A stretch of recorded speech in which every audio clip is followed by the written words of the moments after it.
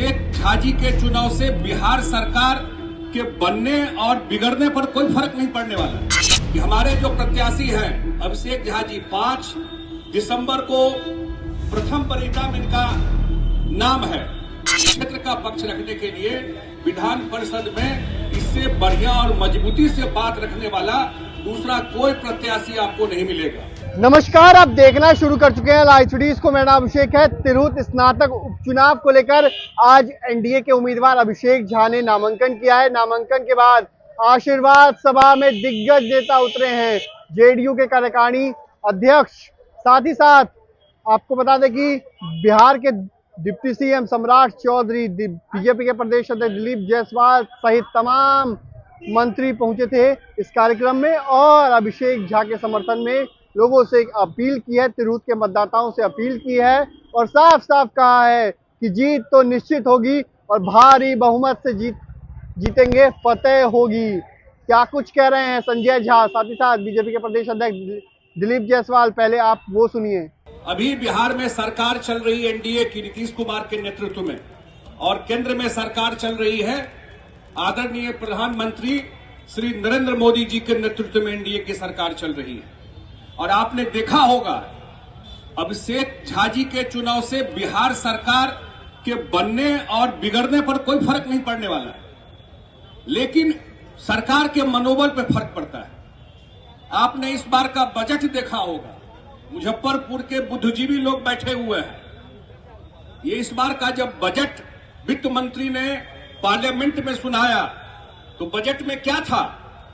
Budget में था कि बिहार का ही काम इतना सारा अनाउंस किया कि विपक्ष के लोग बोल रहे थे कि ये बजट केंद्र का बजट नहीं है, ये बिहार का बजट पढ़ा जा रहा है। ये इसलिए हुआ क्योंकि आपने बिहार में एनडीए को ताकत दी, केंद्र में नरेंद्र भाई मोदी जी की सरकार बनी और आज बिहार को इतना मदद मिल रहा है।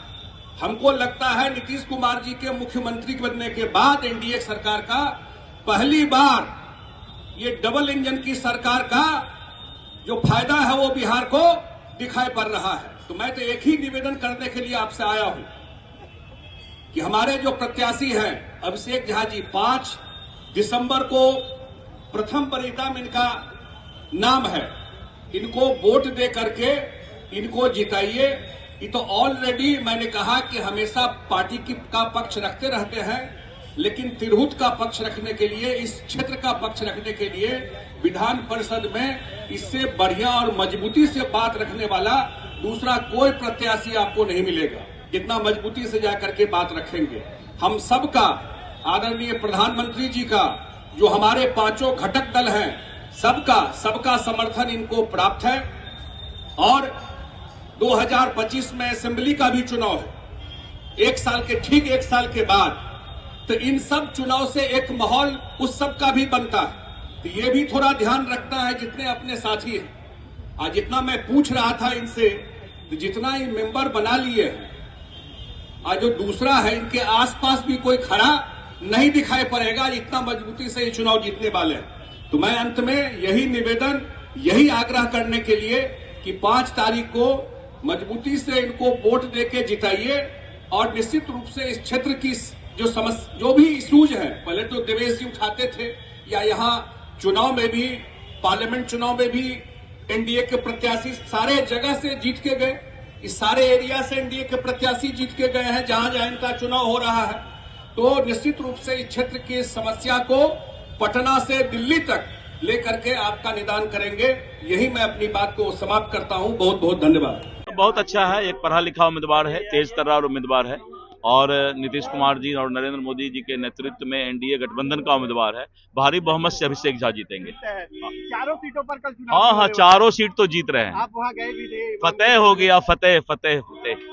तो आपने सुना कि संजय झा और के साथ साथ दिलीप जायसवाल ने क्या कुछ कहा है। सभी ने कहा फतेह होगी और रिकॉर्ड तोड़ वोटों से फतेह होगी, जीत निश्चित है। अब देखना होगा कि क्या कुछ आगे होता है, लेकिन जिस तरीके से मुकाबला है उसमें कौन जीतता है, कौन हारता है, इसके नतीजे तो 9 तारीख को आएंगे, 9 दिसंबर को नतीजे आएंगे। उससे पहले 5 दिसंबर को वोटिंग होगी। तो बने रहिए लाइव स्टूडियोज के साथ, हमारी यूट्यूब चैनल को सब्सक्राइब करिए, पेज को लाइक करिए। धन्यवाद।